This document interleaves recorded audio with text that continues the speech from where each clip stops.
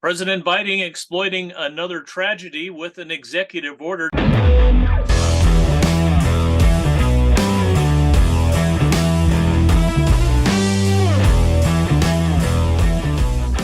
Joining us, our favorite attorney, Mike Davis from the Article 3 Project. And I don't know if you've had much of a time to look over this, Mike, but generally, what can the average person do to respond to this when, in my view anyway, this is unconstitutional?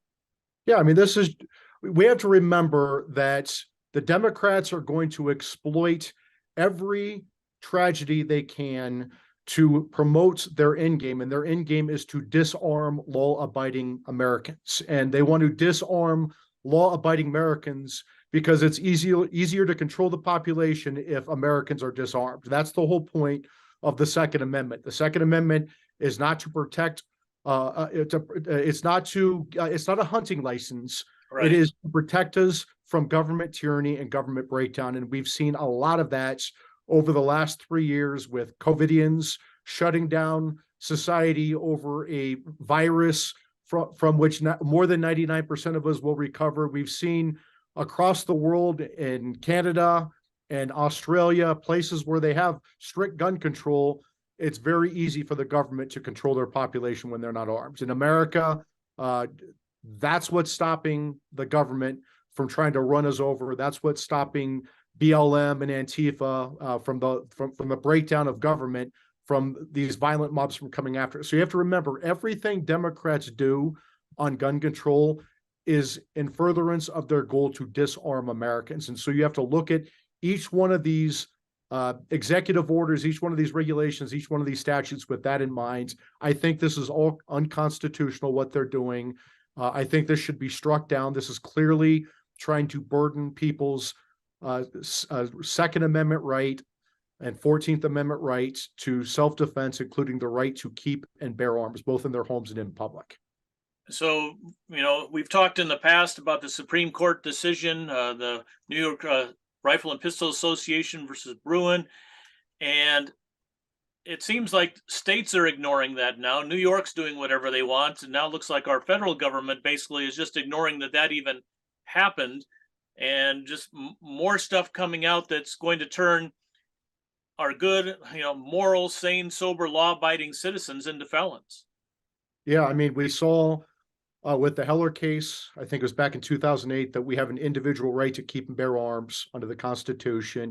You had the McDonald case, I think that was in 2012, that said that 2010 or 2012, I can't remember the date, I can look it up, but said that that applies to the states as well. So we have a Second Amendment right as it relates to the federal government. We have a 14th Amendment right as it relates to the states. And under the Bruin decision, states we have a right to publicly carry firearms, and states cannot put an undue burden on that. They can't make us prove to them why we're worthy of exercising our Second Amendment rights. It's the state's burden to prove why we're not worthy, right? It's not our affirmative obligation to hire lawyers and hire lobbyists to exercise our God-given natural right to keep and bear arms, as guaranteed by the Second and 14th Amendments. So, we saw with the Bruin decision, there are 4 solid votes on these on striking down these gun laws, these anti-gun laws. Mm-hmm. You saw Chief Justice Roberts and Justice Kavanaugh write a concurring opinion in the Bruin case saying that there are permissible regulations under their view. There are permissible regulations of guns under the Constitution. So that's what needs to be litigated. What is permissible, what's not. So your old boss, Senator Grassley, has been, writing letters to the ATF and FBI, asking for more information, asking for a response. And it just seems our 3-letter agencies are unresponsive. It feels, they appear to be answerable to nobody. Yeah, I mean, that's the problem. I mean, you have Barack Obama putting out executive orders on guns. So you have to step back and ask some questions. Look at the Constitution. Where does the Constitution give the federal government, especially the president, the power to legislate gun control? It doesn't. And how does the president have the power to legislate? That has to go through both houses of Congress and be signed by the president. And how do these agencies, as you just said, John, think they have this power to this all-consuming power to not only regulate gun control, which they don't have the power to do, but to have the legislative power to make up these rules, the executive power to enforce these rules, and then the judicial power to adjudicate disputes related to these rules. They don't have this power. And you're seeing that the Biden administration, what they're trying to do is they're trying to use red flag laws. They're trying to use background check laws. They're trying to make it impossible for people to keep and bear arms, to own guns in their homes or to carry them in public. And that is their goal. It's easy for those of us like yourself that are, pro-Constitution to keep saying, rah, rah, rah, we have the Constitution. But I can tell you from visiting with people, the average citizen is starting to feel beat down. Like, what more can we do? In Iowa, we just passed this protection of the Second Amendment in the Iowa Constitution.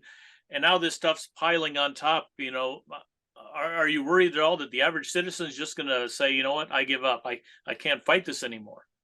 Well, I don't think individual citizens should have the responsibility here to have to shoulder the cost and of the litigation and fight these things. I think that the state attorneys general need to step up and file lawsuits against the federal government on behalf of their citizens back in their states. And I know the Iowa Attorney General, the new Republican Iowa Attorney General Byrd, has been fantastic on this. And that's the key, the state attorneys general filing federal lawsuits to hold the Biden administration accountable. And they're doing it on many fronts. They're doing it on the illegal immigration front. They're doing it on the big tech front. They're doing it on many fronts. And so the state AGs are that should be the tip of the spear here to file lawsuits against the Biden administration. I do think that you're going to have a sympathetic federal judiciary on many of these lawsuits. That's good. And our new AG Byrd, as you mentioned, she'll be talking with me on Monday. So appreciate that. Mike, stay in the fight. Keep up the good work. We appreciate everything you're doing on multiple platforms out there. And for folks that want to follow you, what's the best route?